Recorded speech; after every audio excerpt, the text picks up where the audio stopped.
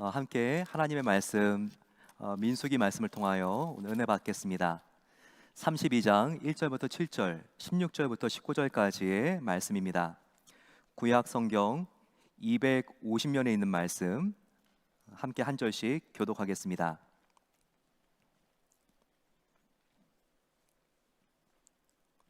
르우벤 자손과 갓 자손은 심히 많은 가축대를 가졌더라. 그들이 야셀 땅과 기르앗 땅을 본즉 그곳은 목축할 만한 장소인지라. 갓 자손과 르우벤 자손이 와서 모세와 제사장 엘르아살과 회중 지휘관들에게 말하여 이르되 아다롯과 디본과 야셀과 니므라와 헤스본과 엘르알레와 스방과 느보와 부온 곧 여호와께서 이스라엘 회중 앞에 쳐서 멸하신 땅은 목축할 만한 장소요 당신의 종들에게 가축이 있나이다. 또 이르되 우리가 만일 당신에게 은혜를 입었으면 이 땅을 당신의 종들에게 그들의 소유로 주시고 우리에게 요단강을 건너지 않게 하소서. 모세가 갓 자손과 르우벤 자손에게 이르되 너희 형제들은 싸우러 가거늘 너희는 여기 앉아 있고자 하느냐? 너희가 어찌하여 이스라엘 자손에게 낙심하게 하여서 여호와께서 그들에게 주신 땅으로 건너갈 수 없게 하려 하느냐? 16절로 제가 가서 먼저 읽겠습니다.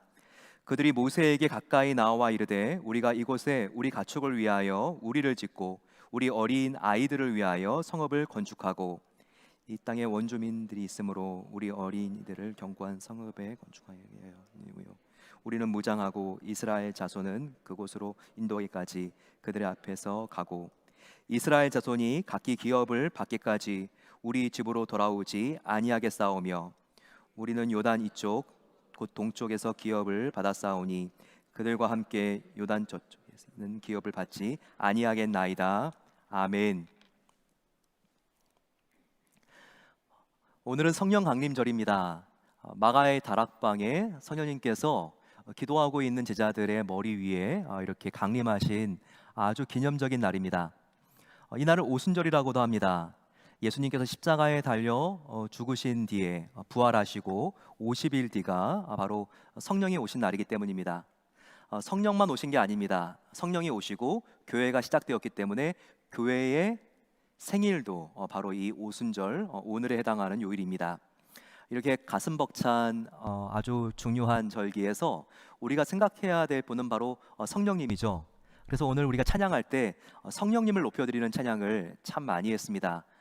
이렇게 잘 선곡해 주신 찬양팀께 감사의 마음을 드립니다. 성령님을 생각할 때 성령님이 지금 어디에 있는가 이것을 아는 게 제일 중요하죠. 바로 우리의 마음속에 있습니다. 마음의 성전에 있는 성령님을 우리가 모시고 매일매일 살아갑니다. 이것이 얼마나 가슴 벅찬 일입니까? 이 세상을 창조하실 때부터 하나님은 저와 여러분들과 가까이 있기를 원하셨습니다. 그래서 창세기 1장 보게 되면 성부, 성자, 성령 하나님이 함께 회의를 하시죠. 함께 우리의 형상을 따라서 인간을 만듭시다. 바로 세 분이 성부, 성자, 성령 하나님이 너무 서로 사랑했기 때문에 사랑을 나눌 수 있는 대상을 창조하시고 우리 인간을 이렇게 만드신 거예요. 그러면서 하나님께서 우리와 더욱더 가까이 교제하기를 원하신 것입니다. 그 하나님께서는 우리가 지난 시간에 봤듯이 이제는 아담뿐만 아니라 한 민족을 통하여 온 인류를 더 가깝게 만나서 교제하시기 위해서 성막 장막을 만드셨습니다. 그래서 우리 인간들과 더 가깝게 바로 지상 성전인 성전에서 함께 교제하기를 원했던 것입니다. 그런데 그 하나님은 우리와 더욱더 가까워지고 싶은 열망이 그 정도에 그치지 않았습니다. 우리와 이제는 물리적인 거리도 없이 하나가 되게 하기 위해서 성령님을 통해서 하나님은 우리의 마음의 성전에 들어오신 거예요. 그래서 항상 우리와 함께 교제하시고 우리가 하나님과 기도가 잘 되지 않을 때에도 성령 하나님께서 말할 수 없는 탄식으로 우리를 위하여 대신 하나님께 기도해 주심으로써 하나님과 항상 성령님 때문에 저와 여러분들은 연결될 수 있는 것입니다. 이것이 얼마나 감사한 일인가요? 그 성령님을 통한 하나님과의 교제가 이어진 것을 우리가 감사하는 날, 바로 그날이 우리가 바로 이날 바로 성령 강림절이 되어야 하는 것입니다. 지난 시간 우리는 출애굽 40년 광야 생활을 함께 나누면서 하나님께서 바로 이 성막에서 이스라엘 백성들을 함께 만나 주시는 것을 배웠습니다. 그때는 정말 하나님을 전심으로 의지했던 시간이었습니다. 이 40년 광야 생활은 구름 기둥이 이제 아침에 솟구쳐 올라가고 움직이기 시작하면 모든 장막들을 이제는 성막과 함께 다 걷었죠. 그리고 구름 기둥이 멈춰지게 되면 바로 거기에 모든 그날 자야 될 텐트와 하나님과 만나는 장소인 성막을 새로 치게 된 것입니다. 이렇게 하나님을 절대적으로 의지하고 하나님만 따라가야 했던 시간이 바로 이 40년 광야 생활이었다는 것입니다. 그런데 이스라엘 백성들이 광야 40년을 마치고 이제는 약속의 땅으로 들어가야 됐죠. 정복 전쟁을 하면서 들어가야 됐습니다. 왜냐하면 바로 하나님께서 약속하신 그 땅은 그 당시에 비어 있는 땅이 아니었기 때문입니다. 이민족이 살고 있는 땅을 그들이 정복해서 들어가야 했기 때문입니다. 이런 약속의 땅을 차지하기 위한 정복 전쟁이 몇 년 동안 계속됐을까요? 그 기간이 짧게는 16년, 그리고 길게는 20년까지도 잡습니다. 그러니까 40년 동안 그 긴 시간을 광야에서 그들이 40년 동안 훈련을 받고요. 바로 약속의 땅에 들어간 게 아니에요. 이민족이 살고 있었는데 피 흘리는 전쟁을 해가면서 그들이 40년 광야 생활의 절반에 해당하는 20년 동안 그 땅을 정복해 들어간 것입니다. 그런데 한번 지도를 보게 되면요, 이 땅을 정복해서 들어가는 그 루트가 나와 있습니다. 이 지도를 보시게 되면 요단강을 중심으로 해서 이 요단 동편이 있고 서편이 있죠. 근데 하나님께서 말씀하신 가나안 땅은요, 요단강의 동편이 아닙니다. 요단강을 건너서 보여지는 바로 이 서쪽 땅만을 하나님께서 약속해 주신 땅이에요. 그런데 이스라엘 백성들이 먼저 동쪽으로 들어가서 동쪽에서 요단강을 건너서 서쪽으로 땅을 차지하기 시작합니다. 그런데 이 동쪽에는요, 만만치 않은 적들이 있었습니다. 이 동쪽의 광야를 미디안 광야라고 하는데 거기에는 아모리, 에돔, 모압과 같은 족속들이 살고 있었습니다. 그들과 큰 전투를 했고요. 이스라엘 12지파는 그 전투에서 하나님이 주시는 힘으로 그들을 무찔러 이겼죠. 대승을 거뒀습니다. 그런데 이 이스라엘의 위기는요, 이와 같은 대적이 문제가 아니었어요. 오히려 이긴 다음에 교만해져서 이스라엘 12지파가 서로 분열하게 되는 너무나 큰 위기가 일어나게 됩니다. 우리가 보통 내부의 적이 더 무섭다고 하죠. 이렇게 그들이 이렇게 획득한 땅에 대해서 사심을 가지고 이 땅을 먼저 차지하려는 지파가 나오다 보니까 이제는 이스라엘이 내전에 휘말릴 위험에 처하게 된 것입니다. 우리는 이와 같은 문제를 잘 분석해야 돼요. 그리고 이스라엘 백성들이 이 문제를 수습하고 해결하는 과정들을 함께 살펴보면서 하나님이 정말 기뻐하는 믿음의 공동체가 어떠한 모습을 가져야 되는지를 우리는 배울 수 있습니다.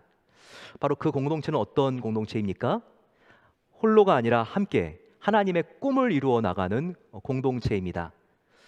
오늘 우리가 함께 이 민수기 32장 이야기를 통해서 어떻게 하면 하나님이 정말 기뻐하는 믿음의 공동체가 될 수 있는지를 배워보기를 소망합니다. 먼저 이 요단의 동편에 있는 적들과 전쟁을 한 다음에 이스라엘 백성들이 어떠한 큰 위기에 이제는 직면하게 되었는지를 함께 살펴보겠습니다. 민수기 32장 1절과 2절, 5절에 해당하는 말씀입니다. 르우벤 자손과 갓 자손은 심히 많은 가축대를 가졌더라. 그들이 야셀 땅과 길르앗 땅을 본즉 그것은 목축할 만한 장소인지라. 갓 자손과 르우벤 자손이 와서 모세와 엘르아살과 진종 지휘관에게 이르되 우리가 만일 당신의 은혜를 입었으면 이 땅을 당신의 종들에게 그들의 소유로 주시고 우리에게 요단강을 건너지 않게 하소서, 이렇게 부탁했습니다. 이게 무슨 일입니까?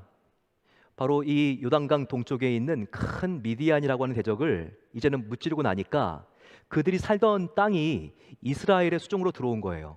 그랬더니 이스라엘 지파들 중에서 두 지파, 루벤과 가시요, 바로 모세에게 우리가 이 땅을 갖고 싶습니다.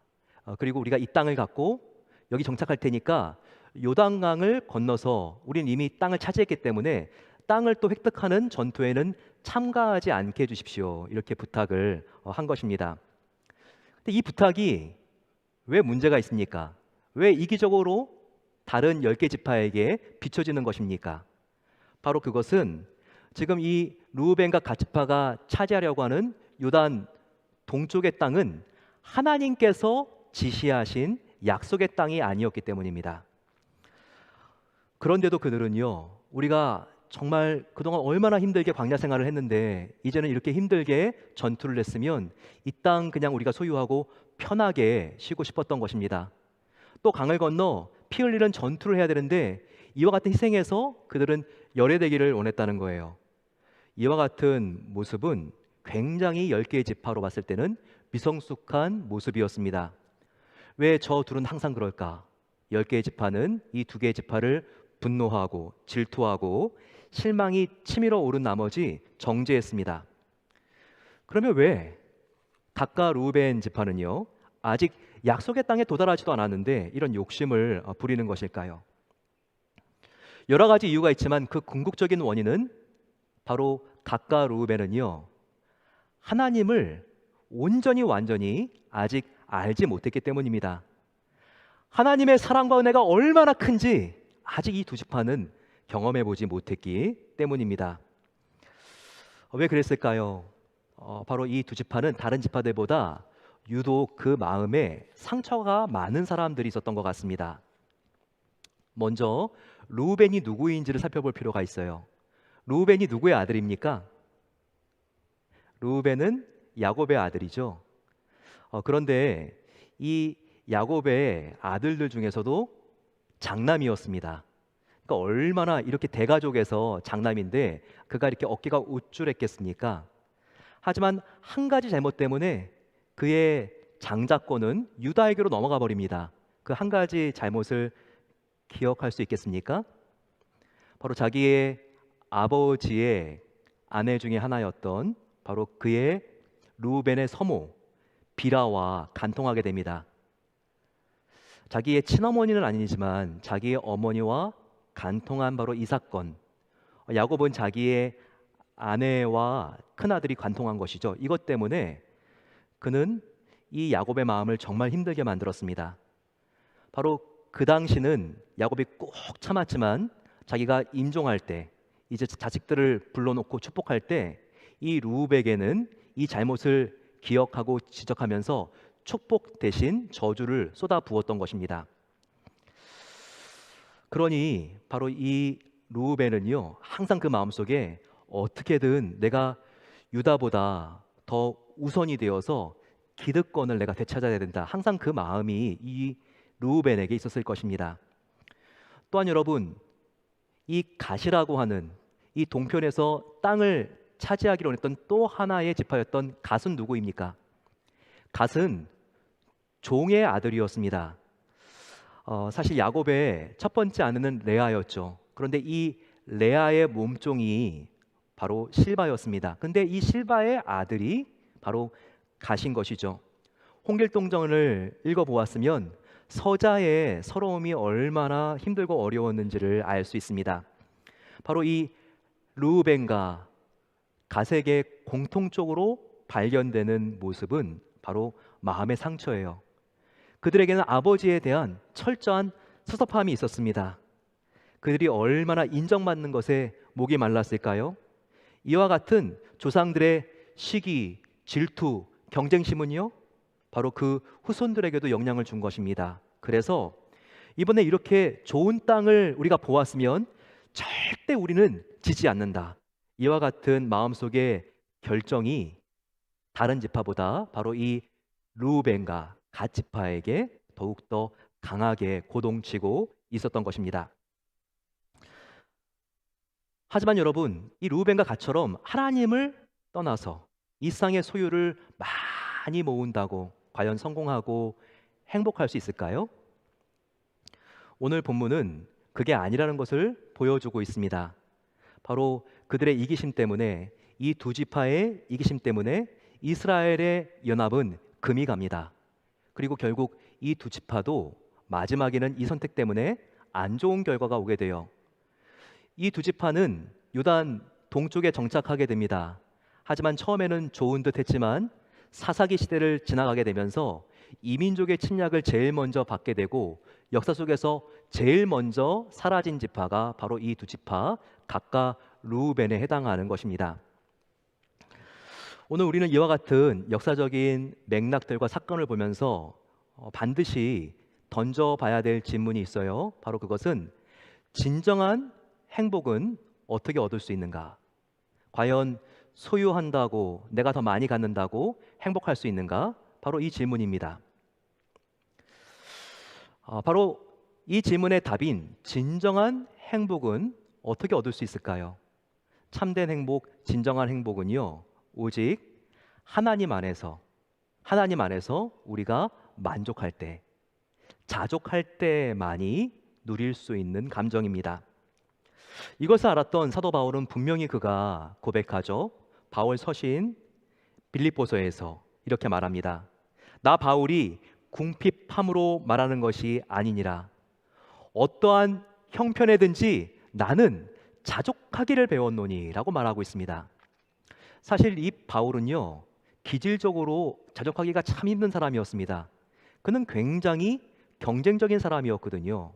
그는 완전주의자였기 때문에 어떤 계획을 딱 정해놓으면 다른 사람들보다 훨씬 더 빨리 그것을 이루어야 되는 사람이었습니다.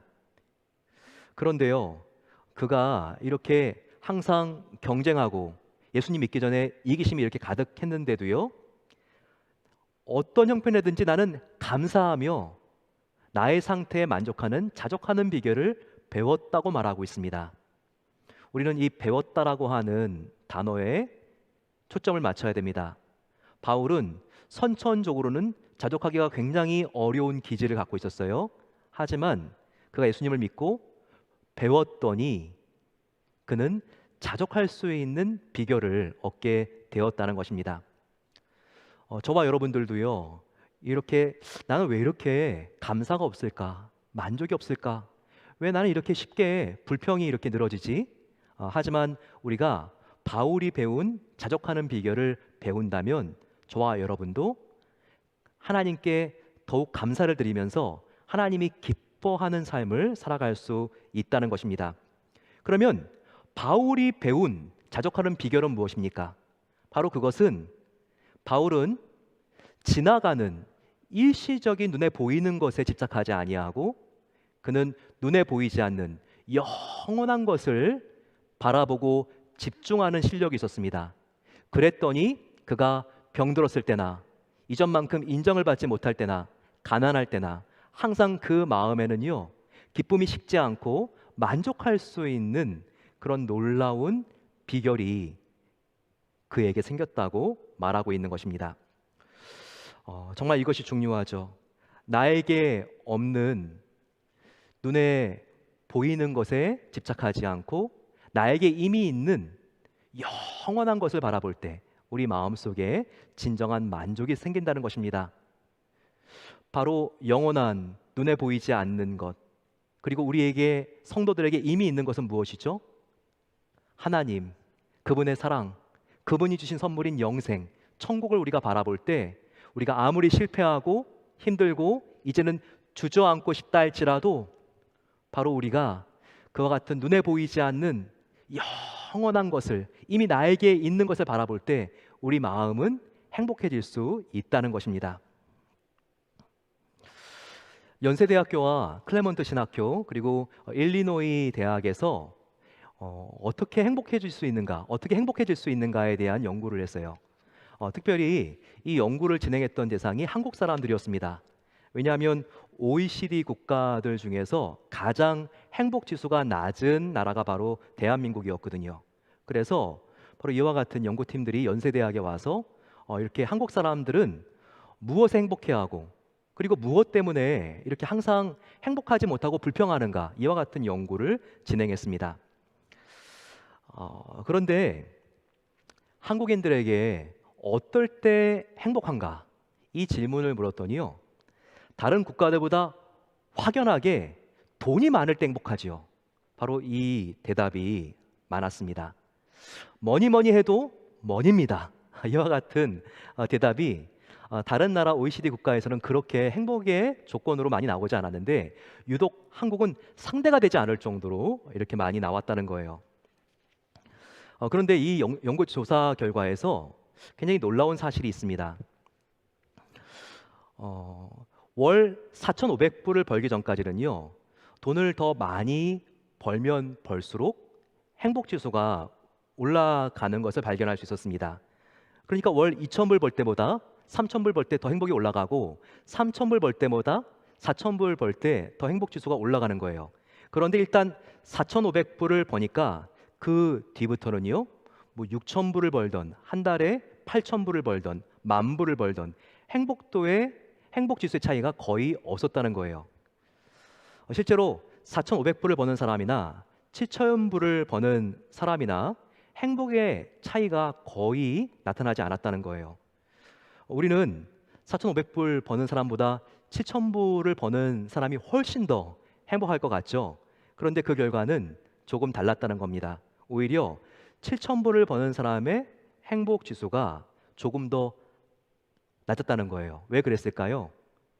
이렇게 1,000불이라도 더 많이 벌려고 하면 할수록 포기하고 희생하는 것이 생겼기 때문입니다.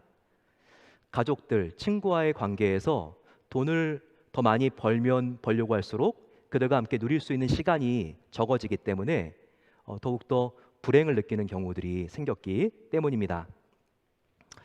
이와 아주 비슷한 조사를요, 일리노이대 에드 디너 교수도 했습니다. 그는 부자에 대해서 기념비적인 연구를 한 석학입니다. 이 디너 교수는요, 빌 게이츠나 워런 버핏과 같은 미국의 100대 부자들 중에서 49명을 실제로 찾아가서 대면 인터뷰를 했습니다. 그랬더니 이와 같은 천문학적인 재산을 가진 부자들도요, 보통 미국 사람들과 행복 지수에 있어서 거의 차이가 없다는 것을 발견하게 되었습니다. 그 이유가 뭘까요? 물론 빈곤에서 벗어나게 해주는 돈은요, 벌면 벌수록 버는 사람이 행복하게 됩니다. 바로 4,500불 바로 그 미만은 벌면 벌려고 할수록 행복도를 더욱더 느꼈기 때문인 것처럼요. 하지만 일단 이 빈곤도를 벗어나게 되면요, 일단 빈곤에서 벗어나게 되면 돈을 계속 더 많이 번다고 계속 더 행복해지는 것은 아니라는 것입니다. 오히려 이 소득 수준이 빈곤 단계를 빠져나오게 되면 돈을 더 많이 벌려고 하면 할수록 더욱더 불행을 느끼는 경우도 조사가 되었다는 것이죠. 왜 그러죠? 자기가 더 많이 번 것을 지켜야 되니까. 그리고 더 많이 벌수록 더 큰 강한 유혹이 자기에게 닥쳐오니까 더욱더 불행을 느낄 수 있다는 것입니다. 그래서 이 연구조사 기관은요, 특별히 가장 행복함을 느낄 수 있는 사람을 찾아서 조사를 합니다. 그 사람은 서울대 의대를 졸업하고 젊은 나이에 서울대 병원에서 심장수술 전문의가 된 사람이었습니다. 아이들이 아직 유치원도 안 다니는데 바로 그 심장내과에서 아주 권위 있는 의사로 정평이 나와 있는 이혁준 교수와 인터뷰를 진행을 합니다. 그가 정말 남들보다 같은 나이에 성공하고 돈을 더 많이 번 건 사실이지만 결코 나는 행복한가라고 하는 질문에 대하여 자신 있게 대답을 못합니다. 왜냐하면 집에 퇴근하고 가는 시간이 밤에 빨라야 10시입니다. 그리고 일주일을 지내는 데에도 밤에 자는데 3번이나 응급실에서 콜이 걸려옵니다. 항상 아내와 자녀에게 미안한 마음 때문에 이 외과 전문의는 자기가 그렇게 성공했는데도 남들이 바라보는 만큼 자기는 행복하지 않다고 이렇게 고백합니다. 이처럼 우리는 서로가 먹고 있는 떡이 크게 보이는 것입니다. 결코 돈이나 소유가 우리를 행복하게 만들어줄 수 없는 것입니다. 또 한 가지 이 연구에서는요, 돈이 인간을 행복하게 만들어주지 못하는 중요한 이유를 제시합니다. 그것은 인간은 많이 가진 만큼 더 많이 무언가를 원하는 존재이기 때문입니다. 그러면서 이 디너 교수는요, 행복의 공식을 하나 만들었는데요. 이게 20세기의 행복 심리학에서 굉장히 중요한 공식입니다. 공식은요, 원하는 것분에 가진 것이라는 것입니다. 원하는 것분에 가진 것. 잘 보시게 되면 이게 맞다는 것을 알게 될 거예요. 즉, 우리가 수학적으로, 공식적으로 볼 때 행복하기 위해서는요, 바로 이 가진 것을 늘리거나, 이 분자, 가진 것을 느끼거나, 분모, 아니면 원하는 것을 줄여야 한다는 거예요. 그래야지 행복할 수 있다는 것이죠. 하지만 우리 인간의 문제는요, 이게 우리의 이상처럼 잘 되지 않는다는 거예요. 우리 인간의 본능은 가진 것이 늘어나면 바로 그만큼이나 원하는 것이 나도 모르는 사이에 늘어나 버립니다. 문제는 바로 이 밥만 늘어나면 되는데 밥을 받치고 있는 밥그릇도 함께 늘어난다는 것이죠. 즉, 가지면 가질수록 우리는 더 큰 것을 원하고 더 큰 유혹을 받기 때문에 만족은 없어지게 되고 감사는 없어지고 항상 불행을 느끼게 된다는 것입니다. 이것은요, 경험해 보면 정말 사실이에요. 저도 경험해 보면 이것이 사실인 것을 느낄 수 있어요. 새 집으로 이사만 가면 행복해질 수 있을 것 같다. 그런데 막상 이사가 보십시오. 집이 새 것만으로 만족이 됩니까? 집을 사면 끝나는 게 아닙니다. 원하는 게 또 생기게 되죠. 집을 바꾸게 되면요, 집에 해당하는 다른 것도 바꾸고 싶습니다. 침대도 바꾸고 싶고 소파도 바꾸고 싶습니다. 그런데 이렇게 다 바꾸고 나니까 이렇게 좋은 집에는요, 이 정도의 얼굴로는 도저히 못 살겠는 거예요. 그러니 정말 성형을 해서라도 더 예뻐져야지만 이 집에 걸맞는 사람이 될 것 같은 것이죠. 이렇게 성형을 하고 나면 이제는 남편이 달라 보입니다. 정말 이전과 다름없는 평범한 얼굴인데 내가 성형을 하고 나니까 그렇게 추남으로 보일 수가 없는 거예요. 남편도 바꾸고 싶습니다. 자녀들도 바꾸고 싶습니다. 그러니 가지자마자 원하는 것이 금방 더 늘어지니까 어떻게 행복해질 수가 있겠습니까? 불가능한 것이죠. 이렇게 모든 것을 바꾸고 또 바꿔서 행복해지는 것, 이건 절대 불가능한 겁니다. 왜 그렇습니까? 집이나 차는 바꿀 수 있죠. 하지만 나의 배우자, 남편, 아내, 자녀들은 쉽게 바꿀 수 있는 게 아니에요. 그러면 어떻게 해야지 저와 여러분들이 행복해질 수 있을까요? 그것은 내 자신이 바뀌는 것입니다. 남을 바꾸려고 하고 나의 환경을 바꾸려고 하면요, 그게 안 돼요.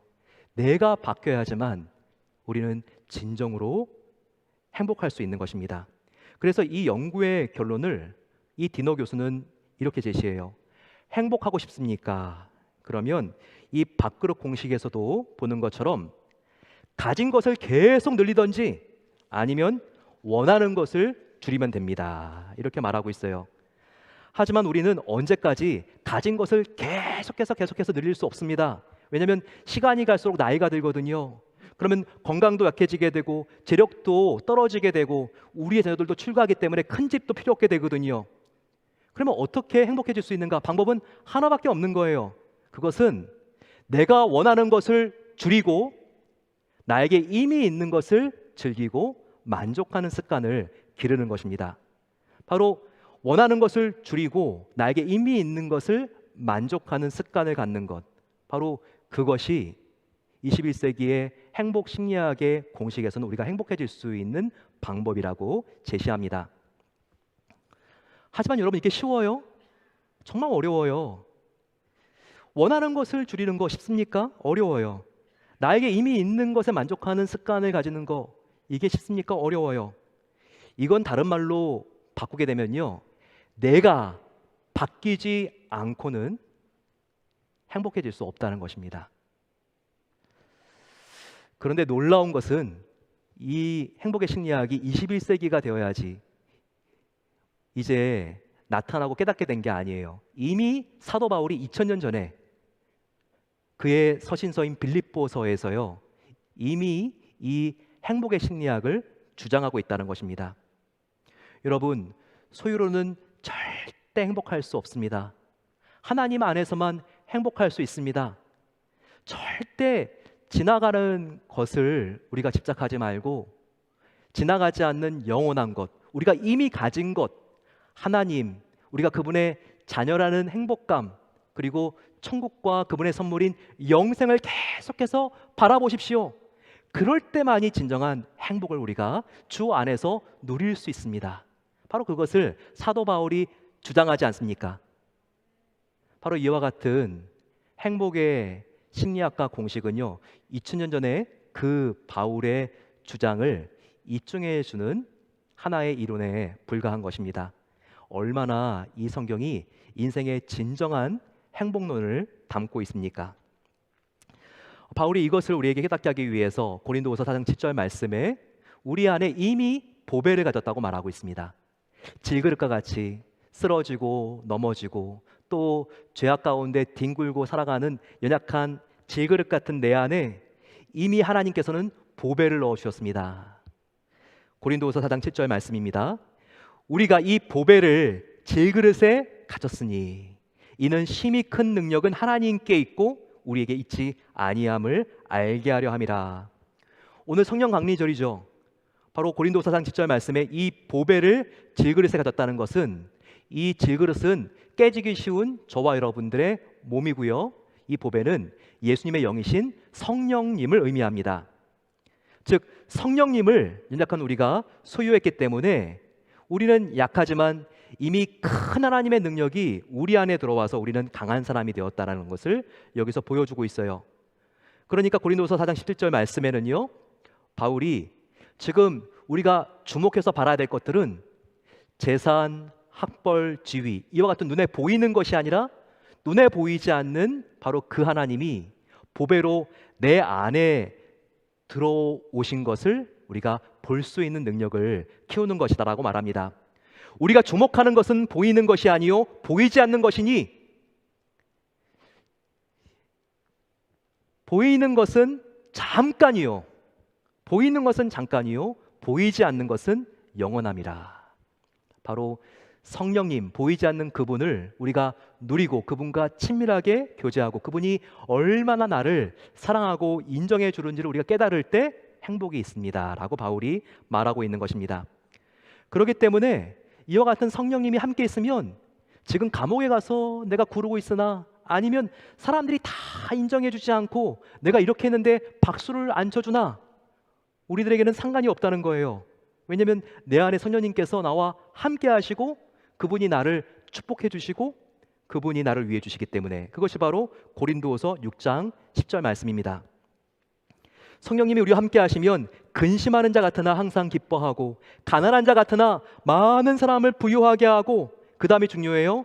아무것도 없는 자 같으나 모든 것을 가진 자로다.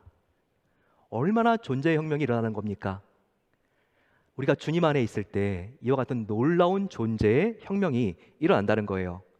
사람들이 봤을 때는요 정말 가진 게 없는 것 같아요. 오히려 돈이 많은 사람도 항상 두려워하고 있어요. 근데 저 사람은 가진 것이 어떻게 저렇게 쥐뿔도 없는 것 같은데 저렇게 당당할 수가 있지, 저렇게 사람들과 나눌 수가 있지, 저렇게 넉넉할 수가 있지. 마음이 바로 이렇게 사람들이 부러워하는 사람이라는 것이죠. 내 안에 성령님이 계신 것을 더욱 확실히 믿고 성령 충만한 자, 그런 자는 아무것도 없는 자 같으나 모든 것을 가진 자로다. 바울이 그렇게 살았고 이와 같이 살아야만 행복자가 된다고 바울이 우리에게 가르쳐 주는 것입니다. 만일 루벤과 갓지파가 하나님의 풍성한 사랑을 알았다면 이렇게 목적지에 도착하기도 전에 그들의 욕심에 눈이 멀어서 이렇게 말도 안 되는 요구를 어린아이같이 할 수 있었을까요? 정말 하나님을 그들이 정말 체험했다면 그들은요 이렇게 어린아이와 같은 철부지 행동을 하지 않았을 것입니다. 묵묵하게 요단강을 함께 건넜을 것이죠. 우리가 여기서 한 가지 주목해야 될 게 있어요. 그것은 지리학적으로 요단강의 동편과 서편이 영적으로 의미하는 바가 있다는 거예요. 이것을 확실히 오늘 우리가 알고 가야지 오늘 이 본문을 우리가 더 정확하게 우리의 삶에 적용할 수가 있습니다. 먼저 요단강은요 영적으로 어떤 의미가 있을까요? 어떤 의미가 있죠? 요단강이 항상 장례식에 가게 되면 부르는 노래 있죠. 요단강 가게 된 노래인데, 요단강 건너가 만나리. 예, 이 찬양 있잖아요. 예, 요단강이 뭘 의미하는 거예요? 여기서 죽음을 의미하는 것 같지 않습니까? 예, 요단강은 죽음을 의미하죠. 그러면 요단강을 건너서 가게 되는 이 요단의 서쪽은 뭘 의미하죠? 죽음을 건너서 가는 곳, 바로 천국입니다. 요단강 서편은 하나님이 약속하신 땅이고 천국을 의미하는 것입니다. 또한 동편은 무엇입니까? 그러면요, 요단강을 건너기 전 바로 이 세상입니다. 눈에 보이는 육신의 정욕, 안목의 정욕, 이생의 자랑이 꿈틀대고 있는 유혹하는 바로 이 세상, 이 땅을 말하고 있는 것이죠. 그런데 우리가 행복해지려면요, 먼저 르우벤과 갓의 이와 같은 이기적인 모습이 나의 모습과 크게 다르지 않다, 여기에 동의할 수 있어야 됩니다. 제가 뭐라고 말씀드렸죠? 우리도 르우벤과 갓지파 같을 때가 얼마나 많은지가 우리가 분명히 인정이 되어야 된다는 거예요. 그래야지 우리가 변화될 수 있고 진정한 행복자가 될 수 있다는 것입니다.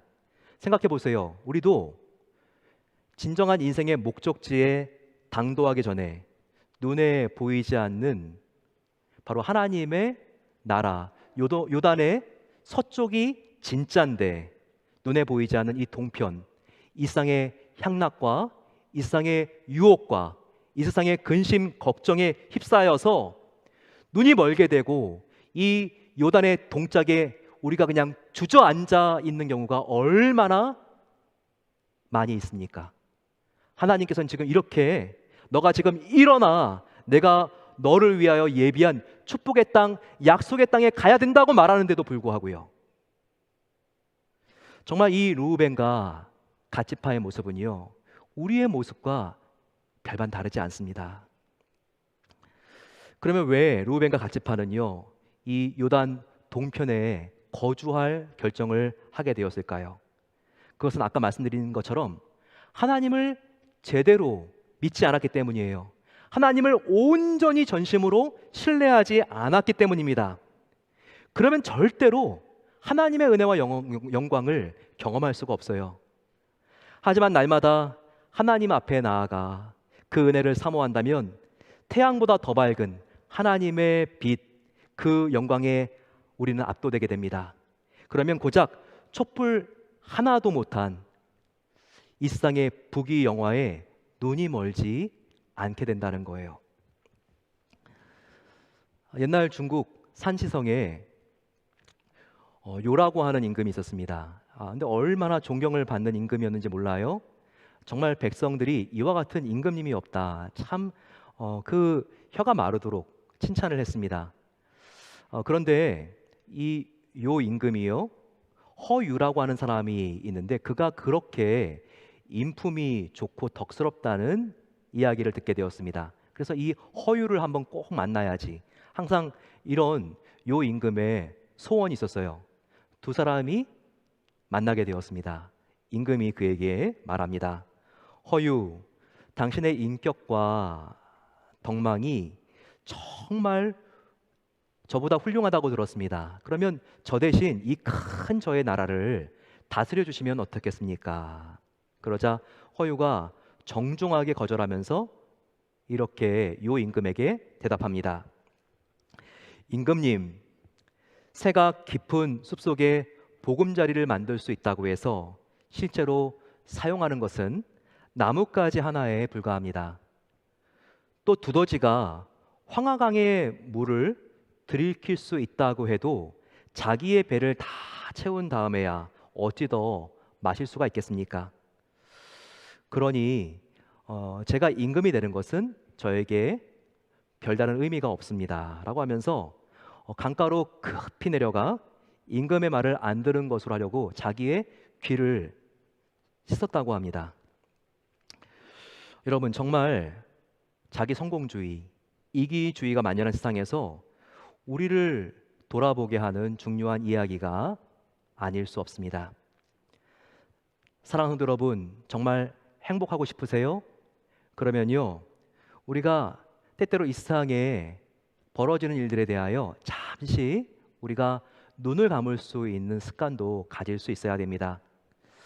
하나님 앞에서 계속 부귀영화가 우리에게 속삭인다면 우리가 이 허유가 자기의 귀를 시냇물에 씻은 것처럼 우리는 십자가 앞으로 나아가야 합니다. 그리고 그 은혜의 보혈에 우리의 영혼을 날마다 씻어낼 수 있어야 한다는 것입니다. 그러면서 날마다 하나님 앞에 나아가 하나님의 자비의 빛, 은혜의 빛을 나의 영혼 가운데 쬐어야 된다는 거예요. 그러면 허유처럼 우리가 이 세상에 성공에 눈이 멀지 않을 수 있습니다. 그래야 우리는 인생의 바른 목표와 방향을 이탈하지 않고 하나님이 기뻐하시는 방향을 찾아서 나아갈 수 있다는 거예요. 그래야만 인생의 마지막에 하나님 앞에서 부끄러워하지 아니하고 하나님의 칭찬과 존귀와 영광을 받을 수 있다는 거예요. 요단의 서편, 하나님의 나라가 진짜입니다. 지금은 보이지 않아도 그 나라가 진짜입니다. 지금은 세상의 유혹과 이 세상의 죄의 어려움으로 우리가 넘어지고 우리가 쓰러진다 할지라도요, 다시 일어나 천성을 향하여 걸어가십시오. 그러면 절대 후회하지 않는 하나님의 놀라운 의의 면류관이 저와 여러분들을 위하여 준비되어 있습니다. 바로 하나님 앞에서 정말 너가 끝까지 나를 따라주고 나를 붙들고 여기까지 오니 고맙다, 하나님의 칭찬을 받을 수 있는 저와 여러분 되시기를 축원합니다. 마지막으로 이스라엘 백성들은요, 이 위대한 역사를 홀로 성취한 것이 아니라 결국은 함께 성취했다는 것을 아는 것이 중요합니다. 모세가 르우벤과 갓지파를 불러서 훈계합니다. 너희들 이래서야 되겠니? 하나님은 우리를 출애굽시킬 때 이 요단의 동편이 아니라 서편, 약속의 땅까지 가는 것을 원하지 않았니? 이렇게 그들을 상담하고 그들을 훈계하자 감사한 것은요, 그들이 자기의 잘못을 뉘우치고 회개했다는 거예요. 그리고 모세에게 이와 같이 대안을 제시합니다. 우리가 나머지 10개 지파와 같이 우리가 요단강을 건너겠습니다. 하지만 모세요, 우리가 이 요단의 동편을 꼭 소유하고 싶습니다. 그러기 위해서 우리의 아내와 자녀들은 이 요단 동편에 남겨놓을 수 있도록 해주십시오. 그리고 남자들은 모두 우리가 함께 이 요단 서편으로 가겠습니다. 요단강을 건너서 10개의 지파가 자기의 땅을 차지하려고 할 때 우리는 그들보다 앞서 나가서 그 약속의 땅을 찾는 것을 도와드리겠습니다. 그리고 마지막 지파가 자기의 땅까지 다 차지한 다음에서야 우리는 요단강을 건너서 이 동편으로 처자식이 있는 구역으로 다시 돌아오겠습니다. 이와 같은 그들의 대답이 참 모세와 10개의 지파를 감동시켰어요. 처음에는 이 땅부터 차지하겠다고 했던 것이 굉장히 거슬리고 이기적으로 비쳤지만 그들이 회개하고 이와 같은 대안을 제시했을 때 모세와 10개의 지파는 흐뭇해하며 그러면 그렇게 하자고 그렇게 약속을 하게 됩니다. 이것이 성숙한 공동체의 모습인 것입니다. 좋고 이득이 되는 일만 함께 하는 것은 이것은 성숙한 공동체의 모습이 아니죠. 비록 내 자신이 손해볼 수 있고 희생하고 헌신하고 아픔이 있을 수 있지만 이 슬픔과 아픔도 함께 나누기를 원하는 공동체의 모습이 정말 하나님이 기뻐하시는 성숙한 공동체의 모습이 아니겠습니까? 사랑하는 성도 여러분, 이 10개의 지파의 가나안 정복이라고 하는 미완의 과제를 두 개의 지파가 무관심하거나 모른 채 하지 않고 함께 힘을 합쳐서 대업을 이룬 모습이 얼마나 아름답게 보여집니까? 이와 같은 아름다운 공동체성이 보여지고 있는 동물들이 있어요. 바로 기러기입니다. 포틀랜드에도 가을에는 이렇게 기러기들이 보이죠. 이 기러기들은 날아갈 때 항상 이 V자입니다. 얼마나 매신하고 멋있게 날아갑니까? 그런데 이 V자로 날아가는 것이 이유가 있다는 거예요. 조류학자들은요, V자로 때를 지어서 함께 날아가게 되면 앞에 있는 기러기가 이 날갯짓을 하기 때문에 뒤에 있는 기러기들이 앞에 있는 기러기의 날갯짓으로 만들어진 상승 기류를 타고 훨씬 더 편하게 날 수 있다는 거예요. 날갯짓을 훨씬 덜하고 그리고 가볍게 해도 뒤에 있는 기러기는 그냥 뜬다는 것이죠. 그렇기 때문에 함께 기러기들은 먼 거리를 여행하는 특성이 있다는 것입니다. 우리 인간도 마찬가지입니다. 우리 인생을 살아갈 때 빨리 가려면 혼자 가세요. 하지만 멀리 가기를 원하시는 분은 반드시 함께 가야 됩니다. 바로 이것이 공동체가 중요한 이유인 것이죠. 그리고 기러기를 보게 되면요, 그 V자의 꼭지점 제일 앞에 날아가는 그 기러기가 지치면 교대를 해준다는 거예요. 그 기러기가 가장 공기 저항을 세게 받거든요. 그러면 그 기러기는 한참 뒤에 다시 맨 뒤로 갑니다. 그러면 그 기러기 바로 옆에 있는 기러기가 가장 앞에 선두에 가게 되죠. 이렇게 서로를 도와주면서 그 긴 여행을 한다는 거예요. 근데 앞에 있는 그 기러기가 지치지 않도록 뒤에 있는 기러기들이 함께 울어준다는 것입니다. 기러기는 어떻게 우나요? 기럭, 기럭, 기럭 이러나요?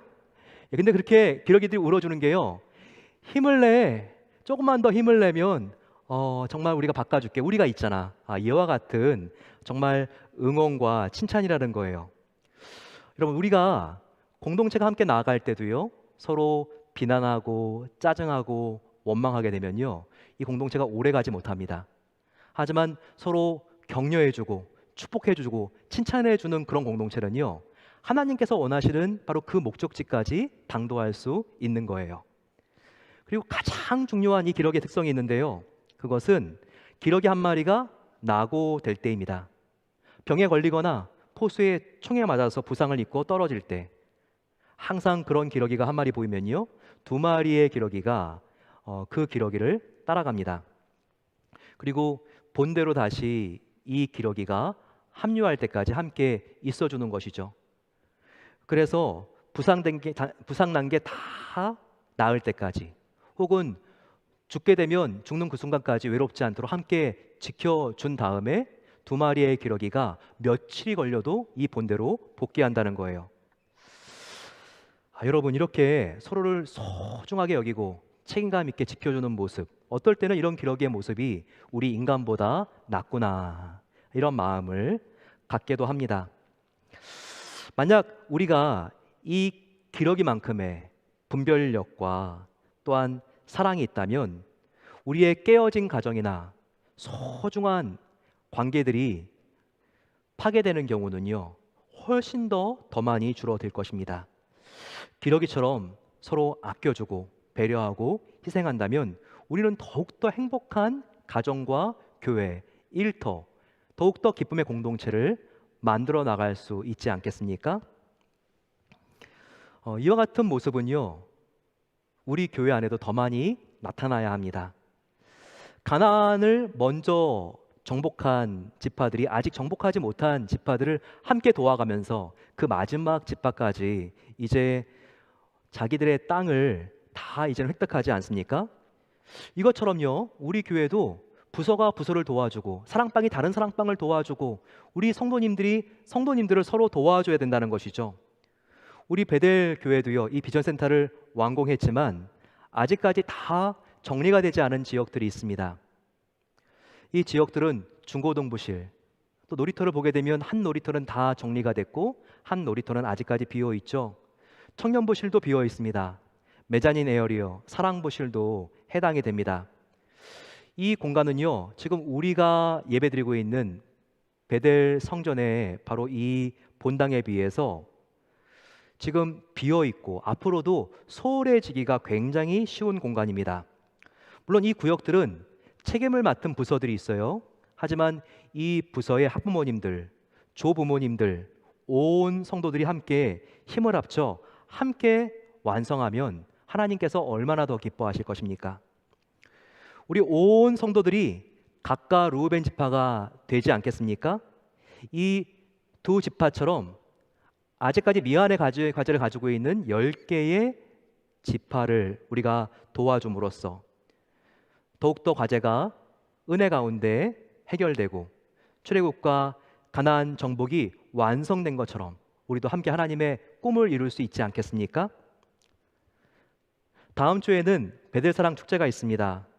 새 성전과 구성전에 하나님께 드릴 헌물을 준비하고 우리가 함께 보았던 이 5개의 공동 준비 구역을 깨끗하게 청소하고 앞으로 어떻게 발전시켜 나갈지를 비전 영시회를 통해서 우리가 함께 나누는 기쁨과 소망의 잔치죠. 이 사역을 우리가 어떻게 참여할 수 있을까요? 바로 그 방법을 고택 선호님께서 지금부터 짧게 브리핑해 주시겠습니다.